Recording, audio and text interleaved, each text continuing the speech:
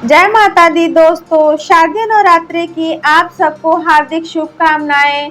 दोस्तों, आज की इस वीडियो में हम आपको बताएंगे शारदीय नवरात्रि कब से आरंभ हो रहे हैं, कब समाप्त होंगे, पूजा विधि क्या रहेगी और घट स्थापना का शुभ मुहूर्त क्या रहेगा। साल में 4 बार नवरात्रि मनाई जाती है, माघ, चैत्र, आषाढ़ और अश्विनी महीने में। अश्विनी नवरात्रि को शारदीय नवरात्रि के नाम से भी जाना जाता है। शारदीय नवरात्रि के 9 दिन शक्ति स्वरूपा माँ दुर्गा की पूजा की जाती है। मान्यता है कि माँ दुर्गा में ब्रह्मांड समाहित है। नवरात्रि में माता दुर्गा की उपासना करने से हर संकट का नाश होता है, 9 ग्रहों की अशुभता दूर होती है, जीवन सुखमय बनता है। आइए जानते हैं साल 2023 में नवरात्रि कब से आरंभ हो रहे हैं और कब समाप्त होंगे। नवरात्रि रविवार 15 अक्टूबर 2023 से शुरू हो रही है। 23 अक्टूबर 2023 मंगलवार को नवरात्रि समाप्त होगी। वहीं 24 अक्टूबर विजयदशमी या दशहरा का पर्व मनाया जाएगा। शारदीय नवरात्रि अश्विनी माह के शुक्ल पक्ष की प्रतिपदा तिथि से नवमी तिथि तक मनाई जाएगी। शारदीय नवरात्रि पर घट स्थापना का शुभ मुहूर्त क्या रहेगा। अश्विनी माह के शुक्ल पक्ष की प्रतिपदा तिथि 14 अक्टूबर 2023 की रात्रि 11:24 से शुरू होगी। ये 15 अक्टूबर की दोपहर 12:35 तक समाप्त होगी। पहले दिन यानी प्रतिपदा तिथि पर कलश स्थापना कर मां दुर्गा का आवाहन किया जाता है। शारदीय नवरात्रि घट स्थापना सामग्री क्या क्या रहेगी।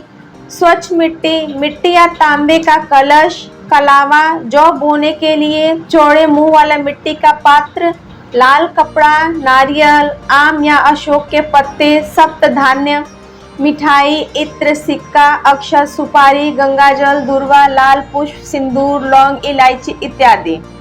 घट स्थापना की विधि क्या रहेगी। नवरात्रि के पहले दिन शुभ मुहूर्त में कलश स्थापना करें। स्नान के बाद लाल वस्त्र पहने, फिर कलश स्थापना के लिए एक मिट्टी के पात्र में पवित्र मिट्टी रखें और उसमें जौ बोएं। ईशान कोण में कलश स्थापना शुभ मानी जाती है। पूजा की चौकी पर लाल कपड़ा बिछाएं, इस पर मां की तस्वीर को स्थापित करें। एक तांबे या मिट्टी के कलश में गंगाजल या स्वच्छ जल भरकर इसमें सिक्का, अक्षत, सुपारी, लौंग, दूर्वा, घास डालें। कलश के मुख पर मौली बांधे, एक नारियल पर लाल चुनरी को मौली से बांध दें। कलश में आम के या अशोक के पत्ते लगाकर उस पर नारियल रख दें। अब जौ वाले पात्र और कलश को मां दुर्गा की फोटो के दाईं ओर स्थापित कर दें। अब मां दुर्गा का आवाहन करते हुए एक अखंड दीपक जलाएं। नवरात्रि के पहले दिन ज्यादातर घरों में कलश स्थापना के बाद अखंड ज्योति प्रज्वलित की जाती है। माँ के सामने अखंड ज्योति जलाकर हम यह दर्शाते हैं कि हमारे तन और मन से अंधकार दूर हो गया है और भक्ति के प्रकाश से हम अपने आप को माँ के सामने उपस्थित कर रहे हैं। हे माँ, आप हमारी भक्ति को स्वीकार करें। नवरात्रि में अखंड दीप का नियम यह है कि यह पूरे 9 दिन तक बिना बुझाए जलाए रखने का प्रावधान है। मान्यता है कि अखंड दीपक जलाकर पूजा करने से पुण्य फल की प्राप्ति होती है और माँ दुर्गा का आशीर्वाद पूरे परिवार पर बना रहता है।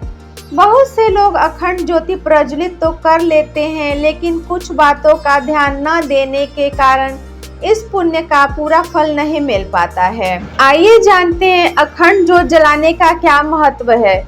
नवरात्रि के 9 दिनों में माँ के 9 स्वरूपों की पूजा आराधना की जाती है। नवरात्रि में माँ को प्रसन्न करना ज्यादा आसान है, इसलिए माँ के भक्त उपवास रखते हैं और पहले दिन कलश स्थापना के बाद अखंड ज्योति जलाते हैं।